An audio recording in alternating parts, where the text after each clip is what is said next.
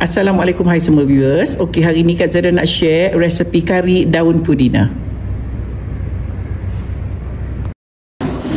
Okey, first kali kita panaskan minyak di kuali.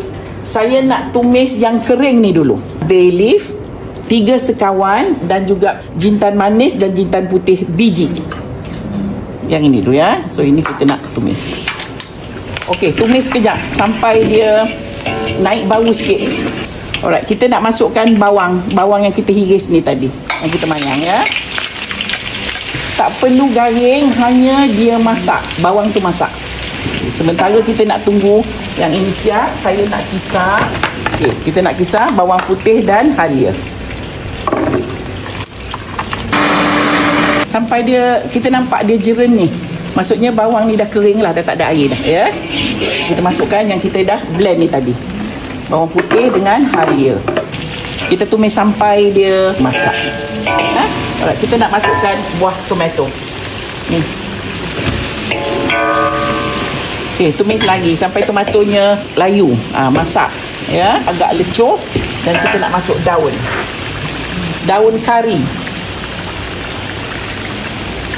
Tunggu daun karinya naik bau. Okey, kita tumis sampai dah bau daun kari sekarang kan? Bau kan daun kari. Okay, kita nak masuk cili padi.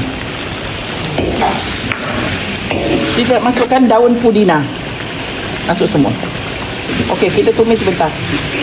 Nanti akan keluar bau daun pudina, akan keluar bau daun kari dan yang kita tumis sebelum ni tadi. Okey, kita nak kisar. Saya tak basuh lah, saya guna bekas yang sama sebab warna dia putih. Saya nak kisar ni kelapa.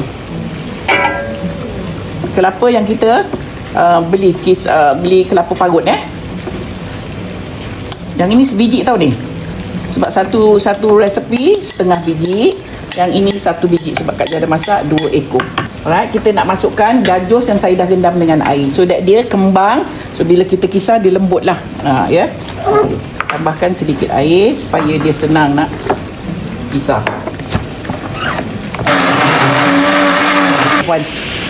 Dia dah lecuh lah, kita panggil dah layu like this ya, lebih kurang macam ni lah. Okey, kita nak masukkan rempah kari, cili powder ataupun serbuk lada, serbuk kunyit dan juga garam masala. Saya kecilkan api bila saya nak masukkan rempah. Sebab bila ada ni saya selalu cakap lah ya, sebab ini some tips, mungkin ada orang dia tak perasan ya. Yang bila puan nak letak serbuk lada ni, api ni tak boleh besar. Minyak tak boleh terlalu panas. Sebab dia once you masuk je dalam minyak yang panas, dia ni boleh terbakar, boleh hangus. Once hangus, habis. Rasa dah pahit, color pun dah tak cantik. So saya kecilkan api supaya dia kurang panas dan baru kita masukkan. Okay, semua sekali ya, kita tuah sehingga semua rempah dia dah bergaul rata dengan minyak ni tadi. Dan baru saya besarkan api. Okey, saya nak masukkan air. You kalau tumis cara Kak Zaida, saya tak bancuh rempah tu dengan air tau. Saya masuk rempah powder. So bila puan masuk rempah powder, you kena tambah sedikit air waktu kita menumis. So saya tambah sikit air. Okey. Kalau proses macam ni, biasa yang tengok live Kak Zaida dia tahu. Kak Zaida punya cara, kita akan letak 3 kali air. Masa kita masuk air, dia akan cair. Sebab tadi dia pekat, you pour air, dia akan cair. So kita tunggu sebentar sehingga dia pekat sikit, masuk lagi air 3 kali puan. Puan buat proses macam ni, lauk you tahan lama. Tidak mudah. Saya nak masuk garam dahulu. Ni cara Kak Zaida masak ya. Okay, kita gaul rata kita punya garam. So kita masukkan ayam. Okey, kita masuk semua ayam. Tak tuang yang ni. Ni kelapa yang kita dah kisar bersama dengan gajus. Okay, kita gaul hingga rata. Ya puan. Tunggu dia mendidih puan.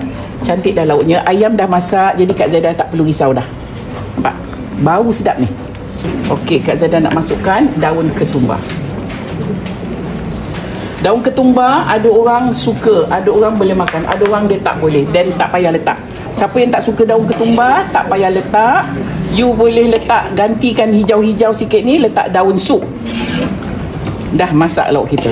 Alhamdulillah dah pun siap resipi kita, iaitu kari daun pudina buat tetamu Kak Zaidah. Untuk perempuan di luar sana, selamat mencuba.